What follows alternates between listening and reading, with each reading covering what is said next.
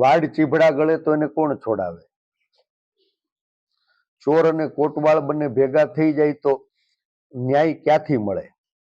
તમારા લોકો સુધી તમે પહોંચી ન શકો એટલે નિર્દોષ દીકરીઓની આબરૂ દાવ ઉપર મુકાવવાનો તમને અધિકાર કોણે આપ્યો છે? આ સમાજે સફેદ કપડા પહેરતા શીખવાડ્યા છે. બહુ ફાકો હોય ને તો આવી જાઓ રાજકમલ ચોકમાં. તમારે જે રીતે લડાઈ લડવી હોય એ રીતે લડાઈ લડવા અમે તૈયાર છીએ.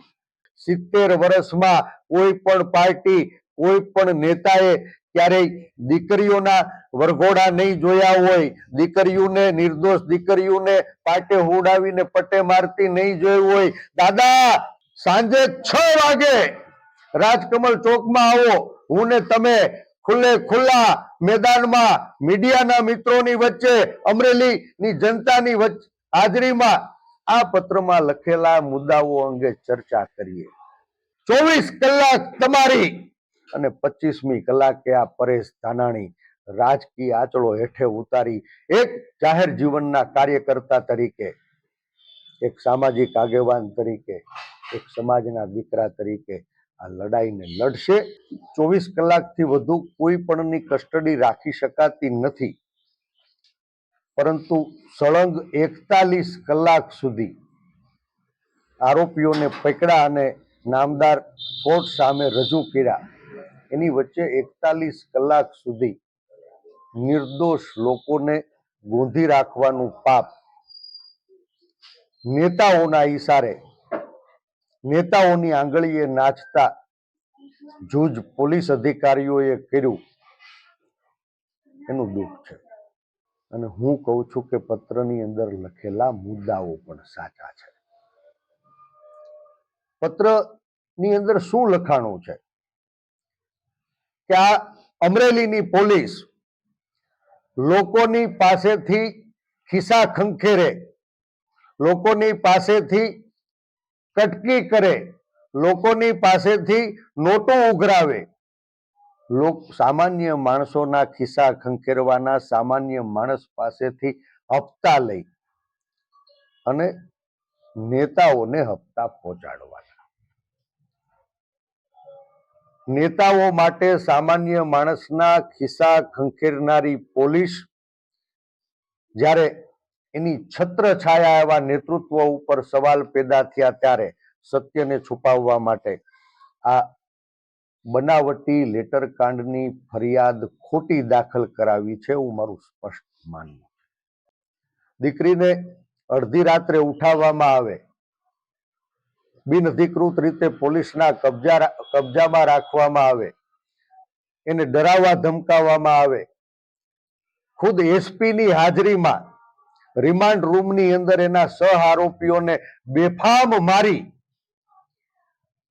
દીકરીને ધમકાવવામાં આવે, એક નિર્દોષ દીકરી એને પાટે હુવડાવીને પગે પટ્ટા મારવામાં આવે, એક કુંવારી દીકરી એનો પહેલા દિવસે એની આબરૂનું નીલામ કરવા માટે થઈને જાહેરમાં વરઘોડો કાઢવામાં આવે, બીજા દિવસે ફરી પાછા એ લોકોનું રિકન્સ્ટ્રક્શન એની ઓફિસે જઈને કરવામાં આવે. મિત્રો, પોલીસના મિત્રો કહે છે કે અમે રિકન્સ્ટ્રક્શન, દીકરી સ્પષ્ટપણે કહી રહી છે કે પહેલે દિવસે અમને ચાલીને બજારમાં કાઢ્યા, મીડિયાની સામે રજૂ કર્યા, અમારી મોઢે રૂમાલ નતા બંધાવ્યા, અમારી ઓળખ છતી કરી, અમારી આબરૂનું નીલામ કર્યું. પહેલા દિવસે નેતાઓની સૂચનાના આધારે, નેતાઓને વાલા થવા માટે થઈને નિર્દોષ લોકોને, એક કુંવારી કન્યાનો જાહેરમાં વરઘોડો કાઢવાનું પાપ આ ભારતીય જનતા પાર્ટીની સરકાર અને નેતાઓના ઈશારે નાચતા અમુક પોલીસના અધિકારીઓ અને જવાનોએ કર્યું એનું દુઃખ છે. એવા કૌશિકભાઈ વેકરિયાને પત્ર લખ્યો છે કે ભાઈ, આ તારી બેન એની આબરૂ દાવ ઉપર મુકાણી, તારા ચપટી વગાડે કામ થાય છે, આખા જિલ્લામાં તારી હાક વાગે છે, ખાલી તારી ચપટી વાગી અને મને રાતે 12 વાગે ઉપાડી ગયા, ખાલી તારી ચપટી વાગી અને બિનઅધિકૃત રીતે 17 કલાક ગોંધી રાખી, તારી ચપટી વાગી અને 24 કલાક પોલીસ કસ્ટડીમાં રાખી, તારી ચપટી વાગી અને આજીવન કેદની કલમ ઉમેરવામાં આવી, તારી ચપટી વાગી, મારા રિમાન્ડ લેવામાં આવ્યા, તારી ચપટી વાગી ને તો તારી બેનનો એક કુંવારી દીકરીનો જાહેરમાં વરઘોડો કાઢવામાં આવ્યો, તારી ચપટી વાગી તો તારી બેનને પોલીસ સ્ટેશનમાં પાટે હુવડાવીને પગમાં પટ્ટા મારવામાં આવ્યા. બધા જ ગુના માફ. દીકરી કહે છે કે કબડાની આબરૂ જ્યારે દાવ ઉપર મુકાય ને ત્યારે કૃષ્ણ બનીને ચીર પુરાણા છે. ભાઈ કૌશિક, 24 કલાક આપું છું, હજુ એક વખત ચપટી વગાડી આ દીકરીની લાજ ઉપર જે હાથ નાખ્યો છે ને એવા તમામ પોલીસ અધિકારીઓ હોય એને સસ્પેન્ડ કરાવો, એને ડિસમિસ કરાવો. દીકરીની અપેક્ષા છે કે મારો ભાઈ કૌશિક કૃષ્ણ બની એની બેન ગુજરાતની દીકરી, એક કુંવારી કન્યા જેનો જાહેરમાં વરઘોડો કાઢ્યો, જેને પાટે હુવડાવીને પગે પાટવા મારવામાં આવ્યા, એવા તમામ પોલીસ અધિકારીઓ જે કાયદાના જાણકાર છે ને કાયદાનું ઉલ્લંઘન કર્યું છે ને તત્કાલ ડિસમિસ કરવામાં આવે. 24 કલાક ભાઈ કૌશિક કૃષ્ણ બનવા માટેનો દીકરીએ અવસર આપ્યો છે ને એનું અમે સન્માન કરીએ છીએ. બહુ ચપટીઓ વગાડી, હવે એક વખત ચપટી વગાડી અને તમે જે પોલીસના હાથે ખોટા કેસ કરાવી તમારી આબરૂને ઢાંકવા માટે નિર્દોષ લોકોની ઉપર દમન ગુજારાયું છે ને એ જ પોલીસ અધિકારીઓને સસ્પેન્ડ કરાવો. 24 કલાક તમારી અને 25મી કલાકે આ પરેશ ધાનાણી રાજકીય આંચળો હેઠે ઉતારી એક જાહેર જીવનના કાર્યકર્તા તરીકે, એક સામાજિક આગેવાન તરીકે, એક સમાજના દીકરા તરીકે આ લડાઈને લડશે.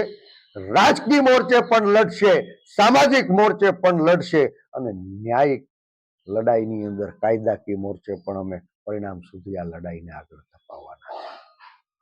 માફ કરજો, આ લડાઈ રાજકીય લડાઈ નથી. એક દીકરી એની આબરૂને બચાવવા, એક નિર્દોષ દીકરીને ન્યાય અપાવવા ઘણી રાજકીય પાર્ટીઓએ, ઘણા રાજકીય અને સામાજિક આગેવાનોએ ખુલીને સમર્થન કર્યું. બધાનો આભાર માનું છું અને આજે આપના મારફત વિનંતી કરું કે આ દીકરીને ઉપર અન્યાય કરનારા લોકોને જો આજ છોડવામાં આવશે, કાયદાનો ભંગ કરનારા લોકોને જો આજે છોડવામાં આવશે તો કાલ મારી કે તમારી દીકરી પણ સલામત નહીં. પત્ર લખાણો, કોણે લખ્યો? ભાજપના આગેવાને લખ્યો. પત્ર લખ્યો, કોની વિરુદ્ધ લખ્યો? ભાજપના આગેવાનની વિરુદ્ધ લખાણો. પત્ર અંગે ગુનો નોંધાણો, કોના ઉપર નોંધાણો? ભારતીય જનતા પાર્ટીના આગેવાન કાર્યકર્તાઓ ઉપર નોંધાણો.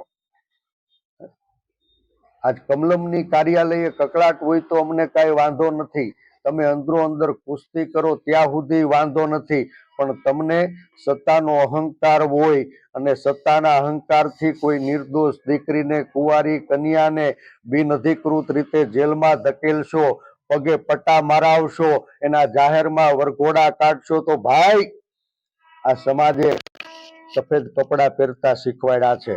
બહુ ફાકો હોય ને તો આવી જાઓ રાજકમલ ચોકમાં, તમારે જે રીતે લડાઈ લડવી હોય એ રીતે લડાઈ લડવા અમે તૈયાર છીએ. પત્ર સાચો છે, પત્રમાં વપરાયેલું લેટર પેડ સાચું છે, પત્રમાં થયેલી સહી સાચી છે. સત્તાના બળે પત્ર લખનારા લોકોને દબાવીને તમે નકલી ફરિયાદ દાખલ કરાવી શું સત્યને છુપાવી શકશો? તમારા મારફત મારે પૂછવું છે. એ પત્રમાં લખાણું કે સાહેબ તમે 40 લાખનો હપ્તો લ્યો છો, હું તો ગણવા નથી ગયો, આટલા જ થોડા હોય. પત્રમાં લખાણું કે તમારી છત્ર છાયા નીચે ખનન માફિયાઓ, રેતી માફિયાઓ બેફામ થયા છે. આ અમરેલીને 300 રૂપિયે બ્રાસ રેતી મળતી હતી, આજ સામાન્ય માણસે એક બ્રાસના 3000 ચૂકવવા પડે છે. વર્ષોથી વિધાનસભામાં અમે કીધું કે શેત્રુંજીમાં જો સિલ્ટિંગ થાય ને તો 15 જેવી હોનારતે કેટલાય ગામડાઓની જળ સમાધિ થાય. તમે એને કાયદેસર ન કરાયું. આ ઇકો ઝોનની અંદર શેત્રુંજીના પટને મુક્ત ન કરાયું. અમે તો કહીએ છીએ કાયદેસર કરો, સરકારને આવક થશે, લોકોને સહજતાથી એના ઘરના સપના પૂરા થાય. પણ કાયદેસર થાય તો કટકટાવવાનું બંધ થાય. એવા મલિન ઇરાદાથી આજ ખનન માફિયાઓ, ભૂમાફિયાઓને કોનું પ્રોત્સાહન મળે છે? એ અમરેલીના લોકો તમને સવાલ પૂછે છે. એક તરફ નાનો માણસ રોડ ઉપર નીકળે તો સિસોટી વગાડીને ઉભા રાખવાના, એને ડરાવવાના, ધમકાવાના, 50, 100, 200, 500, 1000 નાના માણસોને લૂંટવાના, નાના માણસો પાસેથી હપ્તા ઉઘરાવવાના. તમારા ભારતીય જનતા પાર્ટીના કાર્યકર્તા કહે છે કે આજ અમરેલી જિલ્લામાં ગામડે ગામડે દારૂની હાટડીઓ ખુલી છે. આ દારૂના હપ્તા કોણ ખાય છે? એ અમરેલીના લોકો તમને સવાલ પૂછે છે. આપણે સૌ એના સાક્ષી છીએ. 2 વર્ષ મૌન રહી અને વિકાસના અવસરને અમે પૂરતો સમય આપ્યો છે. સાહેબ, વાતો તો થઈ. તમારો ભારતીય જનતા પાર્ટીનો આગેવાન પત્ર લખીને કહે છે કે તમે કોન્ટ્રાક્ટરો પાસેથી કમિશન લ્યો છો, ખોટી ફરિયાદો કરાવી, ડરાવી, ધમકાવી અને માલ કટકટાવો છો. હું નથી કહેતો, આ ભારતીય જનતા પાર્ટીના આગેવાનો કહી રહ્યા. અમરેલી શહેરમાં તમે સૌ પત્રકાર મિત્રો સાક્ષી છો. આજ જયસિંહપરા પુલથી સાવરકુંડલા ફાટક સુધીનો બાયપાસ, એક સારો રોડ, 1 મીટર પીસીસી આરસીસી ના દળવાળો રોડ તૂટી ગયો છે. સાવલિયા સાહેબની હોસ્પિટલ વાળો રોડ, આપ કદાચ ક્યાંથી જ આવ્યા હશો તો જોઈને આવ્યા હશો. તમે ખાવ એમાં અમને વાંધો નથી. તમે જો દૂધે ધોયેલા હો, પત્ર ખોટો હોય, પત્રના મુદ્દાઓ ખોટા હોય તો પરેશ ધાનાણી તમને વિનંતી કરે છે કે આવતીકાલે સાંજે 6 વાગે રાજકમલ ચોકમાં આવો. હું ને તમે ખુલ્લા મેદાનમાં મીડિયાના મિત્રોની વચ્ચે, અમરેલીની જનતાની હાજરીમાં આ પત્રમાં લખેલા મુદ્દાઓ અંગે ચર્ચા કરીએ. આપ નિર્દોષ હો, તમારે કશું જ કહેવાનું નથી. હું જાહેરમાં તમારી માફી માંગીશ અને રખેને કાલે સાંજે 6 વાગે રાજકમલ ચોકના ખુલ્લા મંચ ઉપર ન આવ્યા ને તો મને, અમરેલીને અને ગુજરાતની જનતાને માનવાનું એ કારણ હશે કે પત્રમાં લખેલા મુદ્દાઓ પણ સાચા છે. એ 40 લાખના હપ્તા પણ લેવાય છે, કમિશન પણ ખવાય છે. ભૂમાફિયાઓ, ખનન માફિયાઓ, રેતી માફિયાઓ, દારૂ માફિયાઓ, એને પ્રોત્સાહન સત્તાધારીઓ દ્વારા અપાય છે. પેલી વિનંતી છે મારી કે દીકરીની ન્યાય માટે બધા જ સામાજિક, રાજકીય અને કાયદાવિદ આગેવાનો આગળ આવે. ભારતીય જનતા પાર્ટીના મિત્રોને પણ વિનંતી કરું છું કે કોઈ એક માણસ, મારે અભિનંદન આપવા છે દિલીપ સંઘાણીને, કમસે કમ એક માણસ તો એ દીકરીને જેલમાં મળવા ગયો. શું બાકી બધાને સાપ સૂંઘી ગયા છે? શું તમારું જમીર મરી ગયું છે? આ દાદાના રાજમાં દીકરીઓની આબરૂનું જાહેરમાં નીલામ થાય, એક કુંવારી દીકરીઓના વરઘોડા નીકળે, એક નિર્દોષ દીકરીને તમારી પોલીસ સ્ટેશનમાં પાટે હોડાવીને પટ્ટે મારે. તમારી સંવેદના ક્યાં ગઈ? શું સંવેદના મરી પરવારી છે? આ દીકરીની તમારી પાસે અપેક્ષા છે. અરે માનનીય મુખ્યમંત્રીને પૂછવું છે આ સરકારે શું કર્યું? સરકારને વિનંતી કરું છું કે તત્કાલ ઈમાનદાર અધિકારીઓના નેતૃત્વમાં ઉચ્ચ કક્ષાની ડીજીપીની નિગરાની નીચે તપાસ સમિતિની રચના થવી જોઈએ. એ પત્ર સાચો છે કે ખોટો એની ખરાઈ માટે FSL અને હેન્ડરાઇટિંગ એક્સપર્ટની મદદ લેવાવી જોઈએ. એ પત્રમાં લખાયેલા મુદ્દાઓ એની સત્યતાને તપાસવા માટે એ સમિતિ દ્વારા તપાસ થવી જોઈએ, ગુનેગારો સામે પગલા લેવાવા જોઈએ. અને છેલ્લો મુદ્દો મારે માનનીય મુખ્યમંત્રીશ્રીને પૂછવું છે કે માનનીય ભૂપેન્દ્રભાઈ, શું તમારા રાજ્યમાં ગુજરાતની અંદર કોઈ માણસ એનો બાપ મરી જાય અને દાડો કરવા માટે કમલમની કાર્યાલયે મંજૂરી લેવા જવી પડશે? આ કેસમાં જે આરોપીઓને પકડવામાં આવ્યા છે એ પૈકીનો ભારતીય જનતા પાર્ટીનો આગેવાન કાર્યકર્તા જસવંતગઢનો સરપંચ અશોક માંગરોળિયા, એના પૂજ્ય પિતાશ્રીનું નિધન થયું હતું. આ તો જોગીદાસ ખુમાણની ભૂમિ છે, જે રાજની સામે વર્ષો સુધી બારવટું ખેડ્યું ને એવા ગોહિલવાડમાં જ્યારે ખોટકો આવ્યો તો વર્ષો સુધી બહારવટું ખેડનારો એ ખમીરવંતો બહારવટિયા, જેને કહીએ ને જોગીદાસ બાપુ, માથે રૂમાલ ઓઢીને ગોહિલવાડના દરબારમાં એનો ખરખરો કરવા ગયા હતા. અને એ જોગીદાસ ખુમાણે જે કાંડ કરીને એ અવાજ વર્તીને મહારાજે કીધું કે બાપ, હું તને ઓળખું છું, પણ તું આજ મારા આંગણે મારા દુઃખમાં ભાગીદાર થવા આવ્યો છો, જા, તને માપ.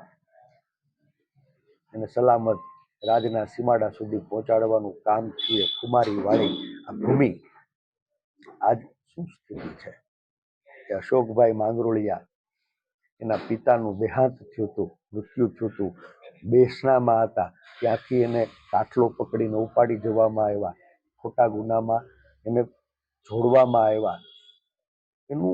એના પિતાનું પાણી ઢોળા સરકારે ન કરવા દીધું.